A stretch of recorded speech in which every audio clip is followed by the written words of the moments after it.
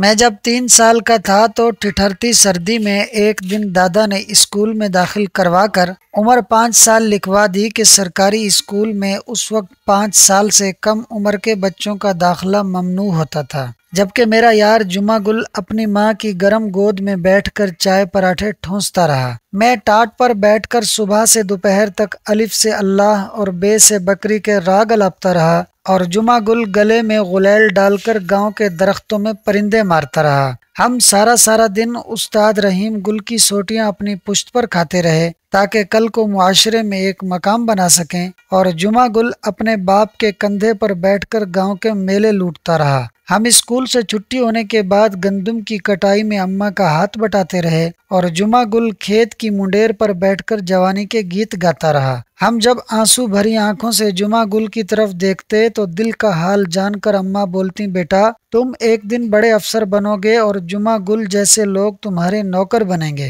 School سے college, college سے university, ہماری قسمت میں صرف کتابوں کا ڈھیر چاٹنا رہ گیا، جبکہ جمعہ گل گاؤں کا لچا لفنگا بن کر جوانی کے مزے لوٹتا رہا۔ ادھر ہم نے پی ایچ ڈی تھیسس جمع کروا کر گویا علامہ بننے کی ٹھانی، تو ادھر گاؤں میں جمعہ گل نے بغل سے پستول کا ہولسٹر ہٹا کر کندھے پر کلاشن کوف رکھنی شروع کر دی۔ پھر ہم نے پیچھے مڑ کر کبھی نہیں دیکھا کہ کہاں کا جمعہ گل اور کہاں میں۔ ہم بقول اماں کے واقعی افسر بن گئے اور گاؤں سے اپنا ناتا ٹوٹ گیا۔ اپنی افسری، شہری بیوی اور بچوں میں ایسا کھو گئے کہ یاد بھی نہیں رہتا تھا کہ جمعہ گل کیا کر رہا ہوگا۔ اماں کی باقی ساری باتیں بالکل سچ ثابت ہو چکی تھیں، بس کبھی کبھار ان کی یہ بات دل کے دروازے پر دستک دے کر بے چین کر دیتی تھی کہ جمعہ گل تمہارا نوکر بنے گا۔ شاید اماں کی بات سے زیادہ یہ خود کی ایک خواہش تھی جو شعور سے لاشعور تک کا فاصلہ پاٹتے ہوئے تحت شعور میں پنجے گاڑ بیٹھی تھی، اور پھر میں کیمبرج میں پڑھتے اپنے بچوں کو ہر وقت یہی راگ سنانے لگتا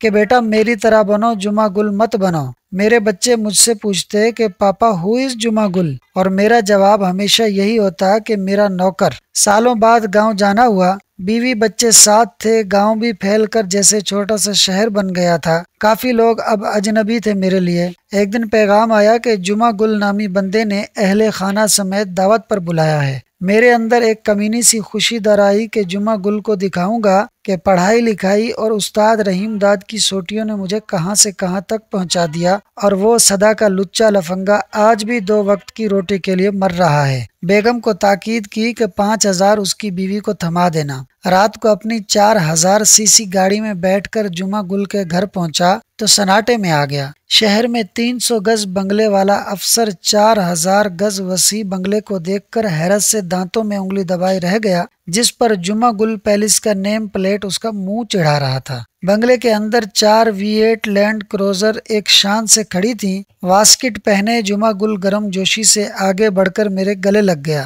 کہ ڈاکٹر صاحب بڑے آدمی بن گئے، بھول گئے ہم جیسے غریب اور ان پڑھوں کو۔ میری بیوی اور بچے منہ کھولے حیرانگی سے بنگلے کو دیکھ رہے تھے، اور جمعہ گل بتا رہا تھا کہ اماں کی دعاؤں سے وہ آج پاکستان کا سب سے بڑا ٹرانسپورٹر بن گیا ہے۔ اچانک میرے بیٹے نے انگریزی میں مجھ سے پوچھا کہ بابا یہ وہی جمعہ گل ہے جو آپ کا نوکر بن رہا تھا؟ میری خاموشی پر چھوٹے والے بیٹے نے انگریزی میں کہا، پاپا میں بھی جمعہ گل بنوں گا۔ دوستو، اس ویڈیو سے ہمیں یہ سیکھنے کو ملا کہ دولت اور منچاہی زندگی ہمیشہ کاروباری کی ہوتی ہے۔ پڑھ لکھ کر نوکری کرنے والا ہمیشہ غلام ہی رہتا ہے۔ اللہ پاک ہمیں انسان بننے کے لیے تعلیم حاصل کرنے والا بنائے اور اپنا کاروبار عطا فرمائے، آمین۔ دوستو، ویڈیو اچھی لگی ہو تو فالس سنو یوٹیوب چینل کو سبسکرائب کر لیں۔